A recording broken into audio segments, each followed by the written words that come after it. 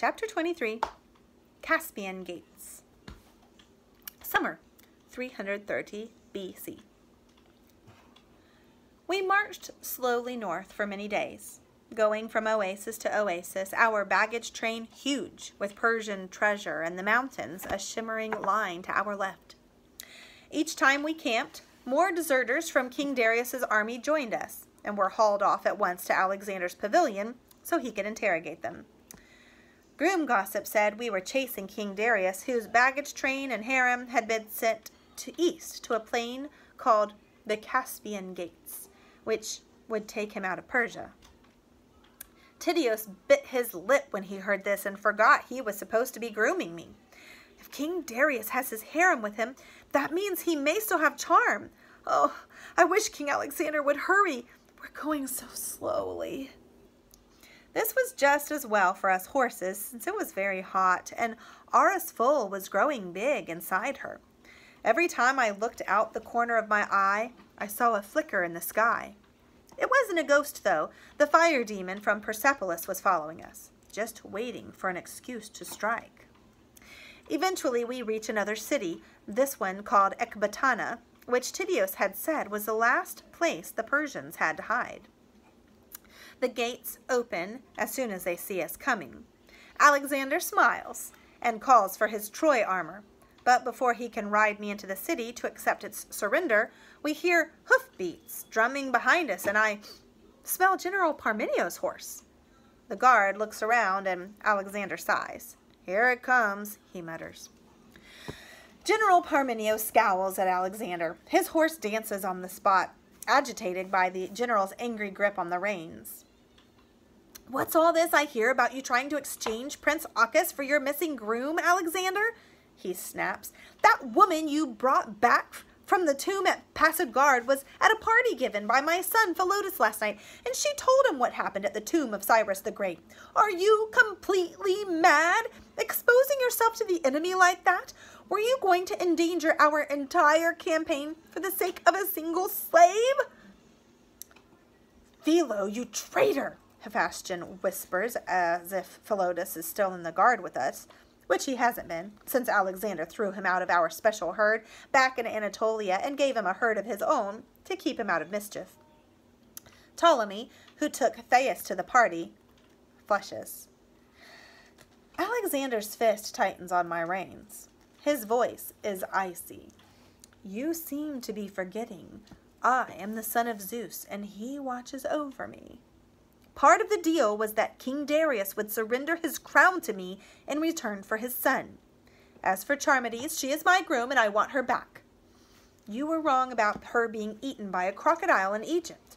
What's more, I've discovered that my father's old horsemaster, who has already insulted my mother and tried to discredit me with his treacherous lies, sneaked in and took Charmides from the camp while you were in charge, General."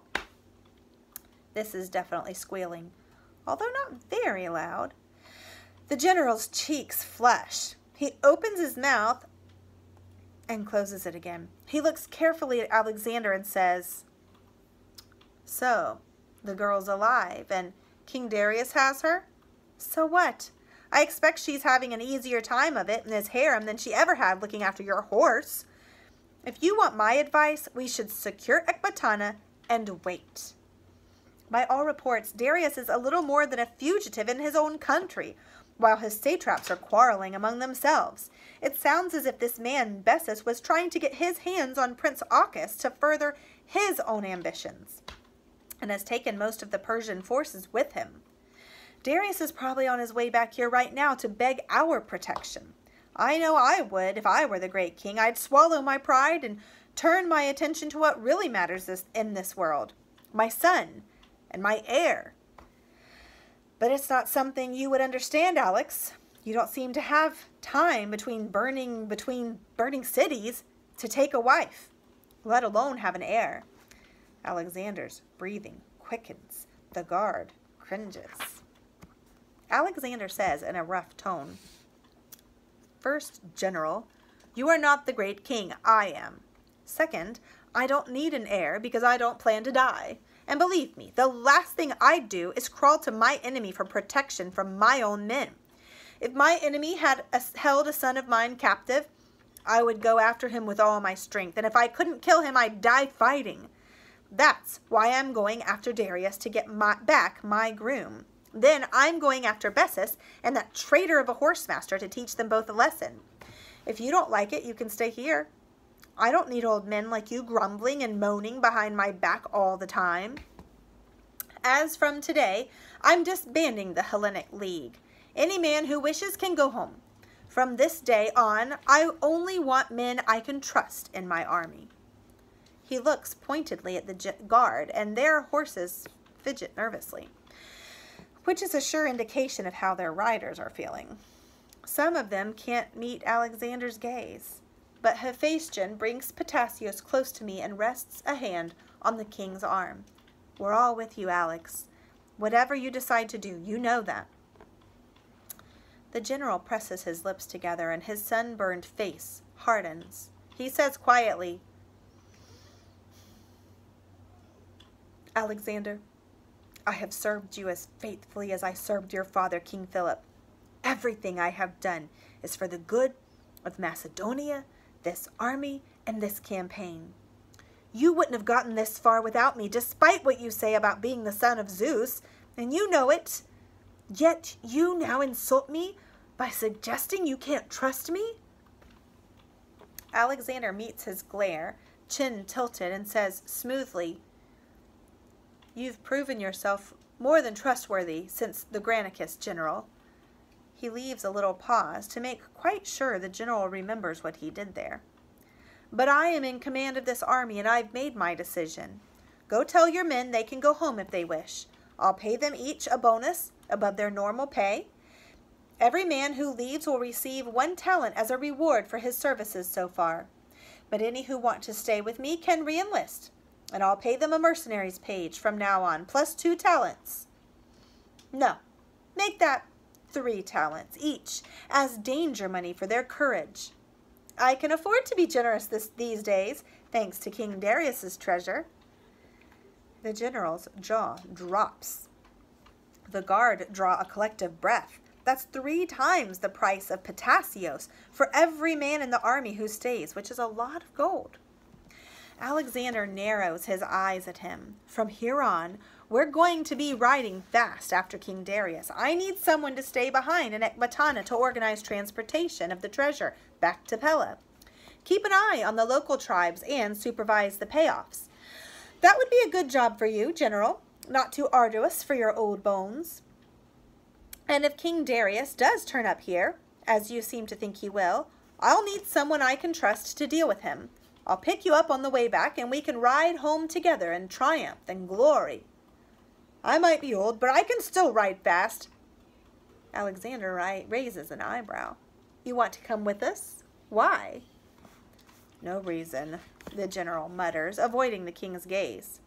So you're going after Bessus and the horsemaster after you've found Darius? Alexander laughs. I'm going to catch both the traitors and get my groom back. It's a task for young men. That's why I'm ordering you to stay here. Any more objections, General? What could General Parmenio say? As to why he was so desperate to be there when we caught up with King Darius and his harem, I expect you've already guessed. I think General Parmenio is going to be in big trouble when Alexander finds out what really happened in Egypt. Battles that are a long time coming are always the worst. Kissing the Iliad. That evening, after we'd eaten and dozed through the hottest part of the day, Alexander ordered the guard to form up. He mounted me, and I stood on a flat-topped rock as Hephaestion placed the box containing the king's copy of the Iliad in the dust below us. Then all the men filed past, choosing whether to stay or leave the army. It worked like this. Stay. Kiss the Iliad to show you are faithful to Alexander. Take your 3-talent bonus from a smiling Hephaestion. Cheers from everyone, plus you're rich beyond your wildest dreams. Leave. Walk past the box. Take your 1 talent payoff from General Parmenio. Boos and hisses from Alexander's friends, and you're not as rich as you would have been if you'd stayed. Alexander wore his Troy helmet, its plumes lifting on the evening breeze, and I made myself huge for the occasion. My rider felt tense at first, but slowly relaxed as man after man kissed the box. Some of the Macedonians went so far as to throw themselves on their knees before us and begged to be allowed to stay and fight, even without payment. Alexander watched the entire process with a stony expression, but as the last man kissed the box, he smiled slightly and lifted his sword into the cooling air. Energy shone around him, fiercer and brighter than ever before. "Onward!" he cried in his shrill voice, jumping me off the highest side of the rock. "We ride after King Darius!" The cheers must have been loud enough to hear back in Persepolis. Well, what would you have done? 3 talents is more than a soldier earns in 24 years on normal army pay, but that was not the only reason the men stayed. They'd have been almost as rich as if they left. They stayed because they did not want to be parted from Alexander. Crows. Even though the older men stayed with General Parmenio, we were still a big herd when we set out east after King Darius. Acchus came with us, riding Zoroaster with our baggage train, though Alexander left Lady Barsine behind in Ecbatana, saying the prince wasn't a baby anymore and didn't need her to nursemaid him. It was like the mountains back in Illyria all over again, only hotter. We marched through the nights and mornings while it was cool and camped in the afternoons. Our riders gave us mouthfuls of water from their own flasks. On our right shimmered a white seabed that smelled of salt but had no water in it, and behind us flickered the fire demon.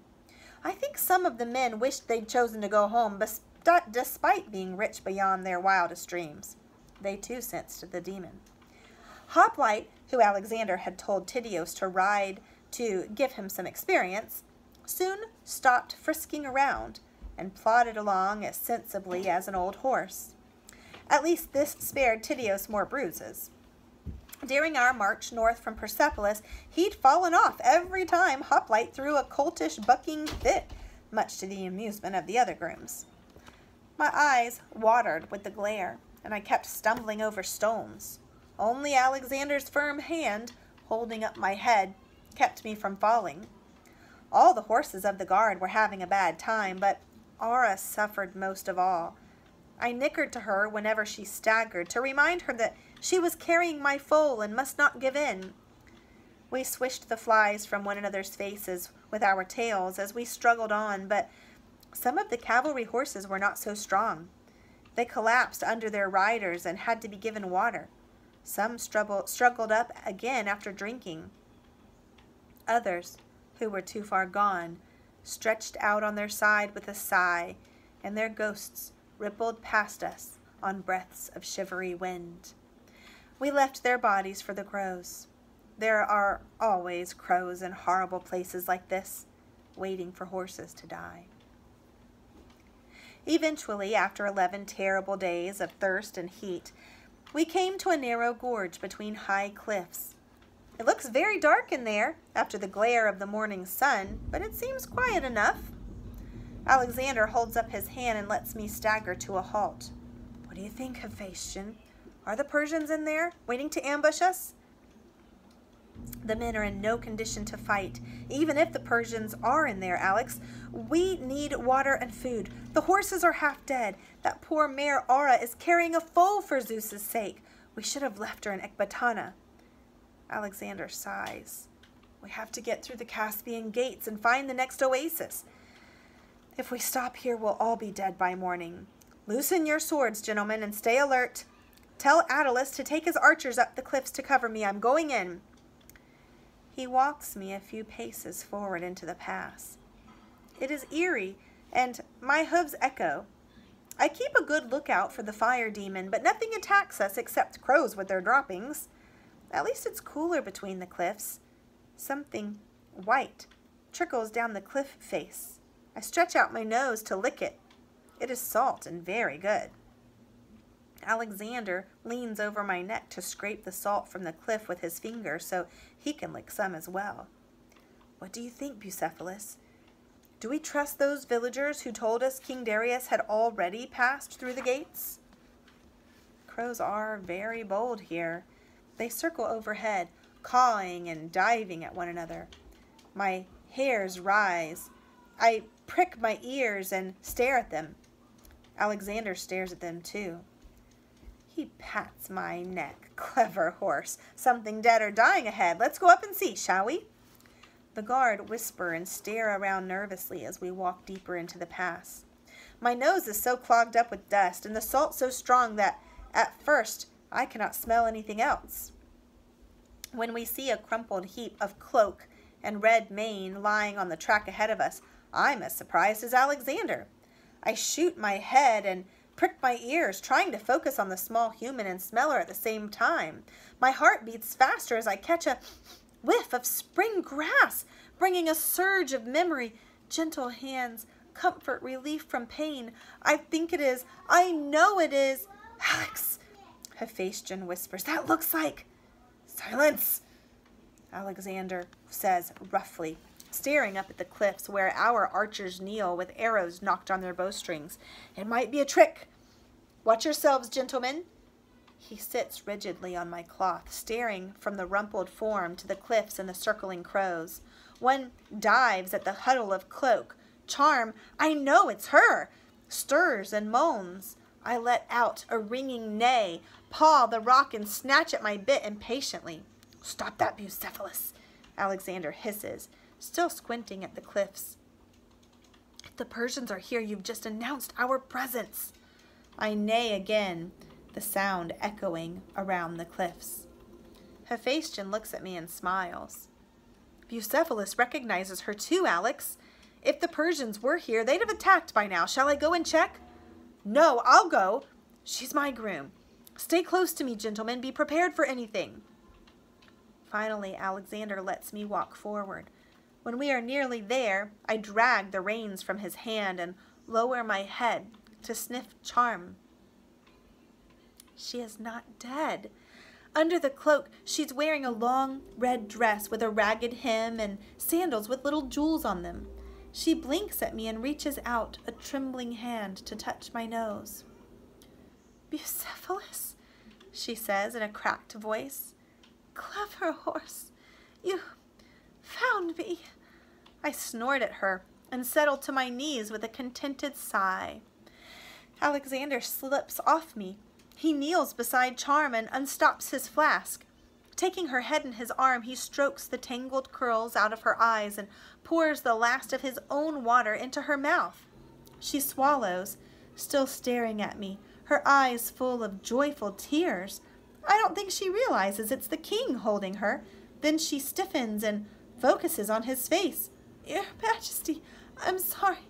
Just answer my questions, Alexander says gruffly. Are the Persians hiding up here? No, Your Majesty. I haven't seen any soldiers since I left King Darius's camp. You're safe now, Charmides, but I want to know everything. What happened in Egypt, what you saw in Darius's camp, how you escaped, everything. Of course, Your Majesty, Charm whispers, stiffening again. I'm sorry. Don't keep saying sorry. It's my fault this happened. General Parmenio's right about one thing. Sometimes I forget other people. I forget other people care about different things than me, and that's a mistake for a king. Can you walk? I don't think so, Your Majesty. I'm sorry. Alexander grunts. We don't have any spare horses, but I'm not leaving you here to wait for the baggage train. Bucephalus is strong. You can ride with me. But you're the king. Charm's protests do her no good. He lifts her onto my withers and jumps on behind her. Then he clamps his legs to my sides and says, Up, Bucephalus, let's go. Hephaestion and the guard glance at one another with raised eyebrows, but Alexander doesn't notice. His arms are around Charm to stop her from falling off my back, and we are leading the herd again. It is the first time I've carried Charm on my cloth with Alexander, so it feels a bit strange, but she isn't heavy, and I'm carrying my two favorite humans. I am so proud and happy. I forget my thirst, lift my hooves, and arch my neck. Behind us, the guard follow, still exchanging wondering smiles. This is as it should be, the three of us together. Charm's story. I hope you're as excited for this as I am. Alexander took Charm off to his pavilion as soon as we had made camp, so Tydeus and the other grooms didn't realize she was back. They were busy in the horse lines, watering us and giving us salt in our barley to replace what we'd sweated during the march. After her nose bag, Aura lay down with a sigh of relief and wasn't the only horse to do so. Mares and foals should never be made to go on marches like that. I lay down too, just for a bit. After all, I'd been carrying a double load. Tydeus is sponging Aura with water to cool her down when I smell Charm again. I scramble to my feet and whinny. She is still wearing her red dress and fancy sandals, though she has washed her face and looks much better. Alexander obviously fed her and watered her while they were talking. The sun going down behind her gives her a red halo. Tydeus stares at her, rigid. Maybe he thinks she's a ghost. Charm hesitates. Then she sees Aura, stumbles to the mare's dappled side, and runs a hand over her distended belly. "How long has this mare been in foal?" she asks. "She looks half dead. What have you been doing with these poor horses while I've been away? Is that big speckled horse Bucephalus's colt? Have you backed him yet? And how did Bucephalus get that nasty scar on his hind leg? Looks like it went deep." "Hey, slow down!" Tydeus grins from ear to ear. He touches her hand as if to check that it's real. "Charm, stop it! You come back after a whole year and already you're bossing us around like nothing's happened? Never mind the horses. However did you get here? Does King Alexander know you're back?"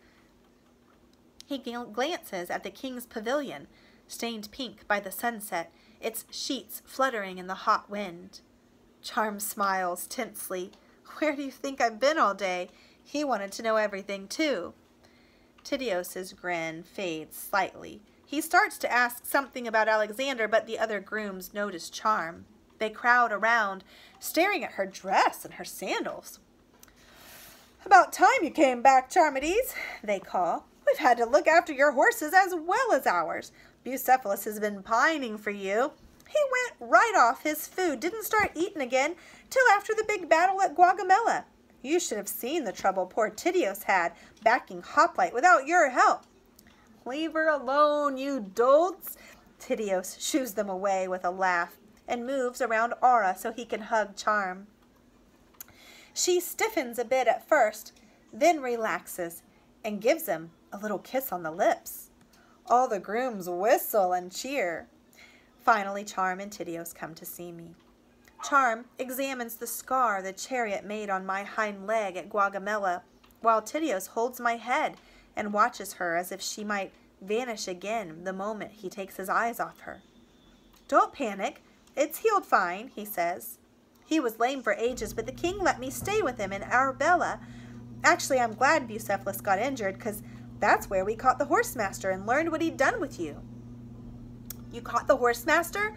Charm looks up sharply. "Alexander didn't tell me that." "But he escapes," Tydeus says. "General Parmenio let him go." "Yes," Charm sighed. "He would, wouldn't he? They're old friends, aren't they? I could hardly believe it when he gave me to the horsemaster in Egypt." It was Tydeus's turn to stare. "What do you mean, General Parmenio gave you to the horsemaster? We all assumed the horsemaster kidnapped you from the camp. Oh, Zeus! Does the king know?" "He does now," Charm says, resting her arm over my neck and mutual grooming my withers. "It's probably a good thing you left the general behind in Ecbatana. General Alexander's absolutely furious with him, but he's not planning on going back there until after he's caught up with King Darius and got Bessus and the horsemaster in chains. Maybe by the time we get back he'll have calmed down a bit." She sighs. "It was horrible what General Parmenio did to me, but I don't think he deserves what Alexander is planning to do to him." "Never mind General Parmenio. You still haven't told me how you got away. Did King Darius hurt you? Because if he did... Charm smiles and takes his hand. No, Tydeus. He didn't touch me. He didn't touch any of us the whole time I was there. He had a few other things on his mind. Alexander, mostly. She smiles again. King Darius isn't the barbarian everyone says he is, you know. He cares deeply about his family, his country, and his God. He wept when he heard Alexander had burned Persepolis. I feel quite sorry for him. But at least he'll get to see Arcas again soon. They sit on a pile of our cloths near my head, exchanging their news in low voices. This was how Charm got away. King Darius's officers asked the king to give the Persian crown to Bessus. King Darius refused, and not very politely. The Persian herd started fighting among themselves, and the harem guards went to help their king. Charm escaped in the confusion. You ran all the way up here on your own? Tydeus interrupts. You might have been killed. How did you know we'd even be here? I had a dream, of course. Charm smiles at me, then glances at Ara, who is sleeping on her side with her huge belly sticking up. Now that Alexander knows where Bessus and King Darius are, I think we're going to rest here a few days before going after them. He sent some men off to find some supplies. Tydeus gives her a strange look. You're nuts, Charm. You know that. Is it that horse bond thing the Amazon Queen's always going on about? Because if it is, the sooner you break it, the better. Alexander doesn't really care about any of us. He loves his horse more than any human being. And despite that, he's going to get Bucephalus killed in battle one day. Now what's wrong? Charm stares at Alexander's pavilion and says in a tiny voice, Nothing. Oh, I see. You still worship him, don't you? Even after all the horrible things he's done? Well, let me tell you the rest. Since Egypt, he's had the hands cut off some poor Persians trying to steal his Iliad, killed about 10,000 others, and burned their holy city Persepolis to the ground.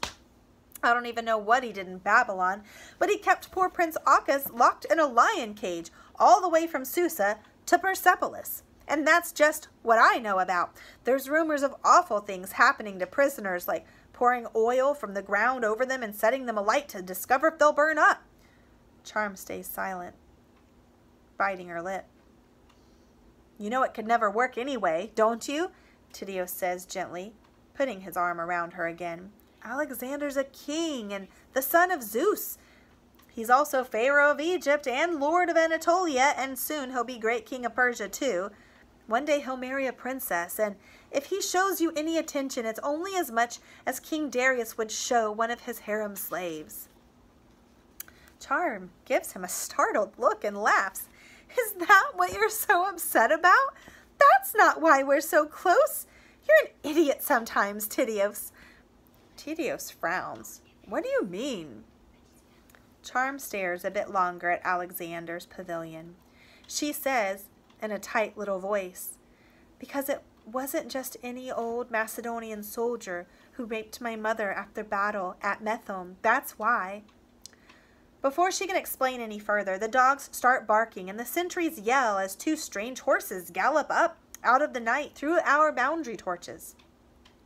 Their riders' robes billowing against the flames to reveal scimitars thrust through wide sashes. They get halfway to Alexander's pavilion before the sentries manage to disarm them.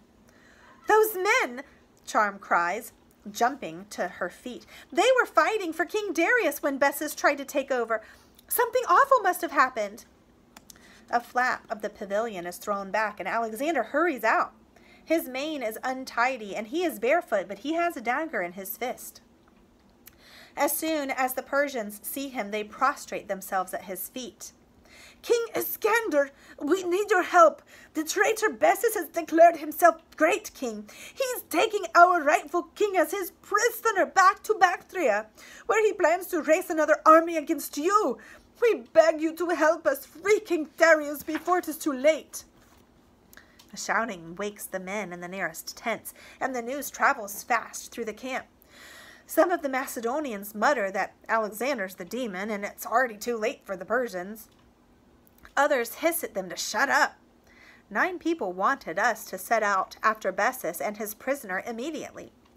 Alexander, Hephaestion, Ptolemy, Perdiccas, Leonidas, Laomedon, the 2 new Persians, and Prince Arcas. About 20,000 people said we should wait for our supplies and wait for the horses to recover first. Charm, Tydeus, and the rest of the grooms, Demetrius, thinking of Ara, Iolaus, thinking of his father, Antipater, back in Macedonia, and Philotas. Also the cavalry, especially those who had lost horses to the fire demon on our march from Ecbatana. The foot soldiers who had also lost many of their herd on the march. The Amazons did not vote, but stroked their blue-painted horses and waited to see what would happen. It was no contest. Alexander got his way, as usual. While Alexander questioned the Persians about a shortcut that would get them ahead of Bessus, trumpets alerted the camp, and men were ordered to assemble for parade.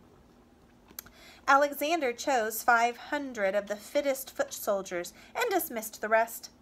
Then he and his guard strode down the horse lines, picking out the finest horses and ordering our grooms to get them ready. Charm put her arms protectively around my neck and refused to let anyone near me with a bridle. But when Alexander reached us, he shook his head impatiently and said, "I'm not stupid, Charmides. Bucephalus stays here. Tydeus, go and put my battle cloth on that colt you've been training. He is young and looks like he's got plenty of spirit. I'll ride him instead." Ara stayed behind with me. So did all the horses who were lying down at the time, which made the choosing easy because that was most of them. This left only Ptasios, Electra, Borealis, Apollo, Hades, and Harpina for the guard. So Zoroaster, who had carried only a light load this far, got the job of carrying Demetrius. When Zoroaster was let out, Arcas ran across and tried to scramble up onto him, but Alexander chuckled and plucked the man-colt off by the ankle. "No, Arcas, you can't come with me this time. Wait here with Charmides." It was a strange feeling to stand in the horse lines and watch Alexander trot hoplite to the front of the column. My colt made himself huge, arched his neck, and gave a little squeal. When Alexander set his heels in his sides, he took off at such a fast gallop across the desert that even Ptasios had a hard time keeping up with him. As the guard gave chase, the 500 mounted horses followed in excitement, which was just as well because some of the foot soldiers Alexander had chosen to ride them obviously didn't know much about horsemanship. The Amazons galloped after them, and the fire demon followed. When they had gone, the camp was very quiet. Charm put an arm around Arcas and said, "It'll be all right, Arcas. Alexander's going to catch the bad men and rescue your father. They'll be back in a few days with King Darius. You'll see." My groom was correct about one thing. 3 days later, Alexander did come back with King Darius, but things were far from all right. Excuse me just a minute. Kiddos, you need to head to bed, please. Will you turn that off? After 3 days in Charm's care, I'm feeling almost like my old self again. As soon as I hear Ptasios's weary whinny, I shoot up my head and neigh a welcome to my friends. Their whinnies come back one by one. Electra, Hoplite, Borealis, Harpina, Apollo, Hades. I'm relieved to hear them. Our grooms run up the road more eagerly than usual to meet the returning horses. Then I see Alexander is leading Hoplite at the front. My colt is limping badly and his head hangs low. He looks twice as old as me. I can see only 6 of the guard. Directly behind them rumbles a covered wagon driven by Demetrius and drawn by 2 men. A large dog follows us with its tail drooping. Demetrius throws back the flaps as he stops. Stretched out on the floor is a man's body, covered by Alexander's cloak. "This doesn't look good," Charm breathes, looking around for Arcas. "Better keep the prince away." Arcas gives a little cry, struggles away from a Macedonian sentry who tries to hold him back, and races to the wagon. None of the guards stops him. The dog looks up and whines as Akis drags off the cloak and throws himself onto the body. "Father!" he wails. "Father!" It is the tall, dark-bearded king I saw in the chariot at Gaugamela. His eyes are closed. Someone has washed his face, oiled his mane, and crossed his hands on his chest. A blue and white band encircles his head. He looks as if he were sleeping, but underneath the scent of oil and flowers, he smells like men who have been left lying on the battlefield too long. His ghost hovers above the wagon, but Akis cannot see it. The men shake their heads and silently hand their horses over to the grooms, who lead them away to the lines, looking back over their shoulders. Alexander tosses Hoplight's reins to Tityos and mutters, "Look after him. He's a brave colt. He carried me well." Then he tilts his chin, puts a hand on the dog's collar, and says to Akis, "I want you to know I didn't kill your father. We found him dying. He wouldn't cooperate with the Persian traitor, so that coward Bessus murdered him before he fled." Akis is crying. Charm doesn't seem to know whether to go and help Tityos with Hoplite or stay to comfort the prince. More Macedonians emerge from their tents to stare at the dead king and his son. "Hoplite's very lame," Tityos mutters sadly, stroking my colt's speckled nose. "Poor colt. It's the baggage train for you, my lad." Charm gives my colt a distracted look. "Where's Sir Roaster?" she says, suddenly, frowning at the returning horses. "I don't see him." I'd almost forgotten Sir Roaster. I didn't hear his whinny with the others. As I neigh to find out where he is, there's a rush of flame in the sky, and a horrible groan from the mare's lines as the fire demon we saw rise from the ashes at Persepolis strikes in all its terrible glory. The grooms shout for help and rush over that way. It's my Aura. She's on the ground, and I can smell blood. I whinny desperately to her, pulling at my tether to save her from the demon. Charm races over and pushes through the grooms, ordering them to fetch warm water and cloths, but I know it's no good.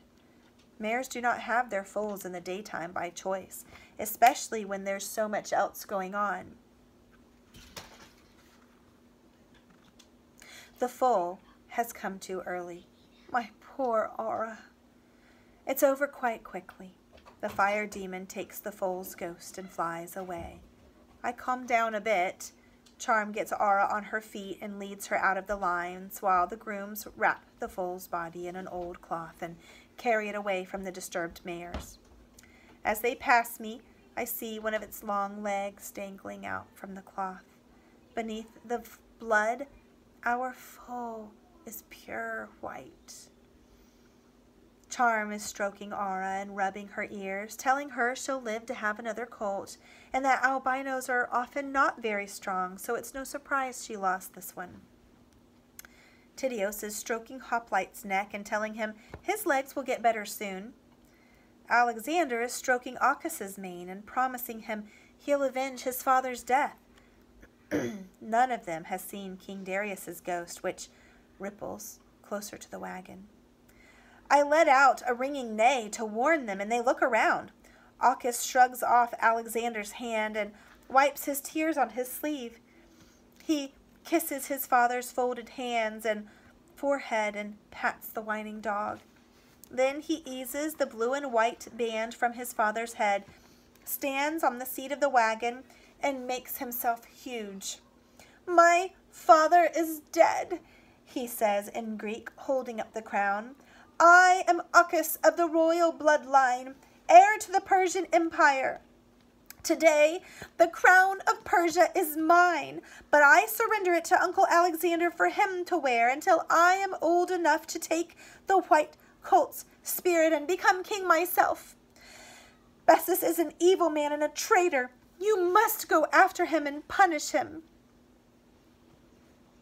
There is a respectful silence as the prince climbs down from the cart and hands the blue and white band to Alexander. This done, the hugeness goes out of Akis, and he kneels to hug the dog. It obviously knows his smell because it licks his face and wags its tail a little. The men, who were loading up their tents for the return march to Ecbatana, look a little bit ashamed. Alexander smiles slightly. "You heard the boy," he shouts in his shrill voice. "Bessus has fled to Bactria. He's scared of us now, but if we turn around and go home, as General Parmenio wants us to do, it'll be no time at all before the traitor Bessus raises an army and crosses the Hellespont to take his revenge on Macedonia and Greece. Only a few days more and we'll finish him. So, who's with me? We have only to avenge King Darius's death by punishing the traitor, and Persia, with all its riches, is ours." As he puts on the blue and white crown, there's a flash in the sky above the mountains. Thunder rumbles as the barrier between our world and the world of ghosts tears, like it did back in Anatolia when Alexander cut the Gordian knot. The men shout, "Hurrah for great King Alexander! Alexander! Alexander! Great King of Persia!" King Darius's ghost whirls away through the hole, along with the fire demon that took Aura's foal. The Amazons look up, their eyes alight with joy because the hole in the world is open again and they can go home. We horses flicker our ears and dance nervously. Alexander ruffles Aucus's hair. "Well done," he says. "You can keep the dog. It was watching over your father's body. Dogs are more faithful than men." Then, at last, he comes to the lines to give me an apple. I press my teeth against his palm, impatient for more, and he pulls my ear. His hands are trembling. "Ah, Bucephalus," he sighs. "At least you're feeling better. Listen to the fools cheering me. At the next sign of hardship, they'll be moaning again about going home, and you'll see. I'm not going to finish my life like Darius, left to die alone in an old wagon, murdered by my own men. If it can happen to a great king like him, it can happen to me. So before we go any farther, I'm going to have to deal with a few things I should have dealt with a long time ago." He glances around to check that no one is listening. "This isn't going to be easy, though. I just don't know who to trust anymore, horse. If General Parmenio can betray me like he did back in Egypt when he gave my groom to the horse master, how many of my officers might be ready to betray me by running a spear through my back? Oh, this isn't what it was meant to be like.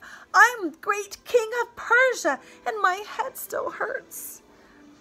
I don't really know what he means by all this, but I expect his head hurts because King Darius's crown is too small. I mean, Alexander's head, as you've probably realized by now, is almost as big as mine. That was how we dominated the Persians at the Caspian Gates. It was a very strange battle against a demon rather than spears and arrows, but we still won. Persian dead, 1, King Darius. Macedonian dead, 30, killed by the Persian fire demon. Horses dead, 100, including Zoroaster and Aura's foal. Very sad. People spared, charm, and the 365 women in King Darius's harem. The grooms say that is 1 woman for every day of the year, which is silly because that... Oh, I think I'll stop. You can choose whether to read that or not. I will end that chapter there.